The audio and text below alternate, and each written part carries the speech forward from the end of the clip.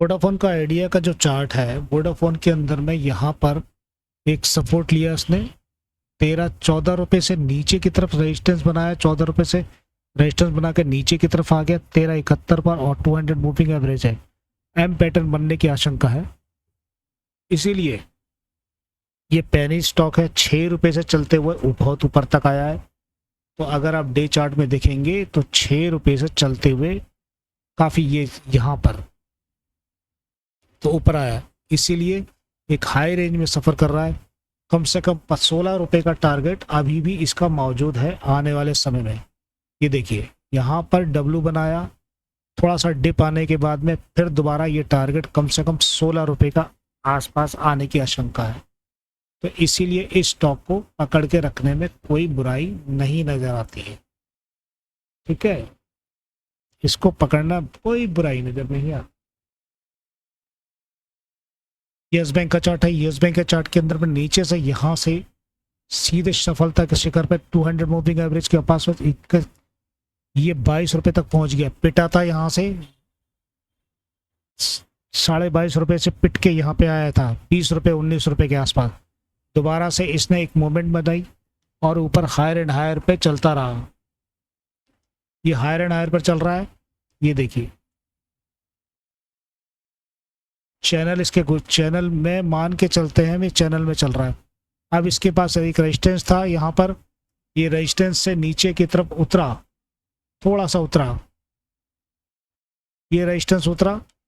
अब ये रेजिस्टेंस को जैसे ही पार करेगा अपसाइड मूवमेंट में, लेकिन थोड़ा सा अभी ये आराम फरमा रहा है, पार करते ही ये आराम से 22 रुपये से ऊपर आ जाएगा। 23 रुपये मान के चलो, 23 रुपये तक आ जाएगा। और आने वाले समय में 250 का टारगेट इसका कहीं नहीं गया। 2 साल भी पटक लोगे तो 250 रुपये कहीं नहीं गया इसका। देखोगे टेक्निकल भी देखोगे तो टेक्निकल के चार्ट के अंदर में buy summary moving average buy, और कोर देखोगे, फोरकास्टिंग देखोगे तो फोरकास्टिंग भी 28 रुपये का है। अभी थोड़ा सा सेल प्रॉफिट बुकिंग हो रही है, इस चक्कर में इस बात पे ध्यान रखना जरूरी है। रिलायंस पावर का चार्ट है। रिलायंस पावर के चार्ट के अंदर में यहाँ पर 26 पर आने के बाद में अभी ये 27 के आसपास एवरेज में 200 मूविंग एवरेज के सफ़र कर रहा है, लेकिन ये भी चार्ट एक अच्छी कंडीशन में खड़ा हो सकता है। आप 45 से 1 घंटे के चार्ट में देखेंगे तो 1 घंटे के चार्ट में नीचे की तरफ बहुत नीचे आ गया, जो कम से कम कुछ नहीं तो ये चार्ट आपके पास में 30-35 रुपये से ऊपर चले गया था। 30-35 रुपये के आसपास 23 अप्रैल को गया था। 23 अप्रैल से जाने का पिटने के बाद में नीचे 27 पर आ गया। 27 के बाद में अगर वीकली चार्ट देखेंगे तो वीकली चार्ट में काफ़ी नीचे था। ये देखिए वीकली चार्ट में 30 मार्च को तो ये 20 रुपये तक पहुंच गया था। अब यह यहाँ पर एक वीकली चार्ट में inverse head and shoulder pattern आपको दिख रहा होगा। ये देखिए आरएसआई दिखा रही है, ये देखो ये 30 मिनट के चार्ट में देखेंगे। 30 मिनट के चार्ट में थोड़ा सा मोमेंटम नीचे आ रहा है। नीचे आने के बाद में ये मोमेंटम हेड एंड शोल्डर बनने के बाद नीचे लाने के बाद यहाँ से 26 के बाद में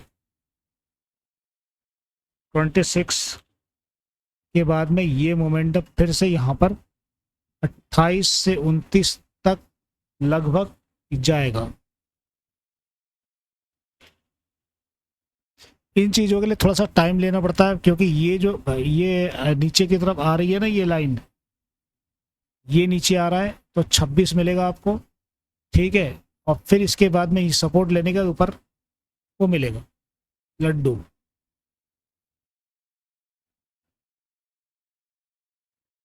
इसका टेक्निकल थोड़ा कमज़ोर है। नीचे हेड एंड शोल्डर में जब नीचे जा रहा था, जब भी मैंने बताया कि नीचे जा रहा है इसीलिए, और इसीलिए मैंने बताया था थोड़ा सा नीचे जा सकता है। लेकिन देखो पावर के जितने भी सेक्टर हैं उसे लेने में कोई घाटा कभी नहीं होता।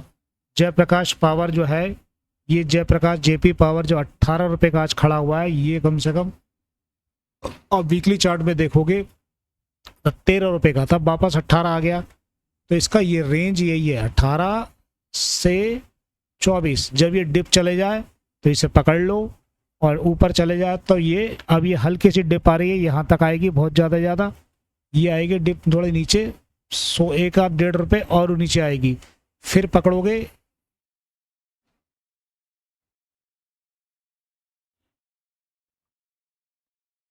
17,515 की डिप आएगी। इसके बाद अपसाइड जब दोबारा चलेगा ये, तो ये दोबारा कम से कम 24 रुपये के आसपास चलना चालू होगा, क्योंकि यहाँ पर एक inverse head and shoulder pattern नीचे जाने के बाद थोड़ा सा ऊपर निकलेगा।